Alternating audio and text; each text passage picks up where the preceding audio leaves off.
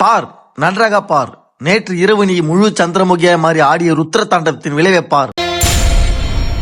பார், முழுசா சந்திரமுகியா மாறி இருக்கிறவன் மனைவி கங்காவை பார். என்னடா பண்ணிச்சு என் வாஷிங் மிஷின் ஒண்ணு? அந்த பிஞ்சு குழந்தைய போட்டு இப்படி கொதறி வச்சிருக்கியே, இனிமே இதெல்லாம் துணி துவைக்க முடியுமா? ஆமா, இனிமே இதை யாரும் வாங்க மாட்டாங்க. இன்னைக்கு ஒரு முடிவு தெரியாம உன்னை விட மாட்டேன்டா. வாடா, நீ வாடா, உள்ள வாடா. இன்னைக்கு ஒன்னு ஒரு வழி பண்ணிடுறேன். சொல்லு, எதுக்கு என் வாஷிங் மிஷினை கடிச்ச? என்ன அதுக்கிட்ட போய் பேச்சுவார்த்தை நடத்திக்கிட்டு இருக்கியா?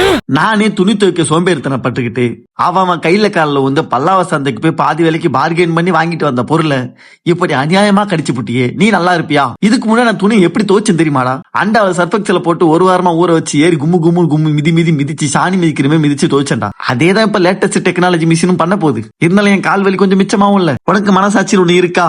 ஏன்டா காலம் காலமாக நீ கொப்பன் கோத்தா தாத்தான்னு சொல்லிட்டு எல்லாம் என் வீட்டு ஒயரையும் துணியும் கடிக்கதே வேலையா வச்சு நிக்கிறீங்களே, ஏன்? எதுக்காக எங்க மேல இவ்வளவு வன்மம், இவ்வளவு குலவரி? அதுவும் உங்களை நம்பி வீட்டுல சமையல் பொருள்னு ஒன்னும் வைக்க முடியறது இல்ல. இவனை நம்பி ஒரு பொருளும் வைக்க முடியல. இப்படி திரும்பி பாக்குறதுக்குள்ள திருடி தின்னுட்டு போயிடுறான். அவன் வச்சிருக்கிறது வயிறா வண்ணா சாலான்னு தெரியல.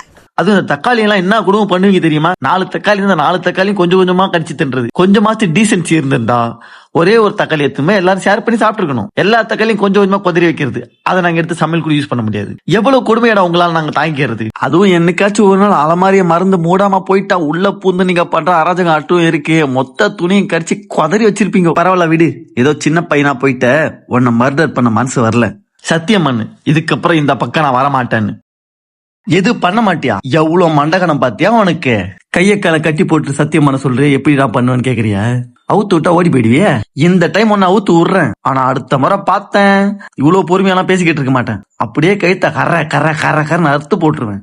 என்ன முறைக்கிற பிளடி ராஸ்கல்? மூஞ்சி முகரையும் பாரு,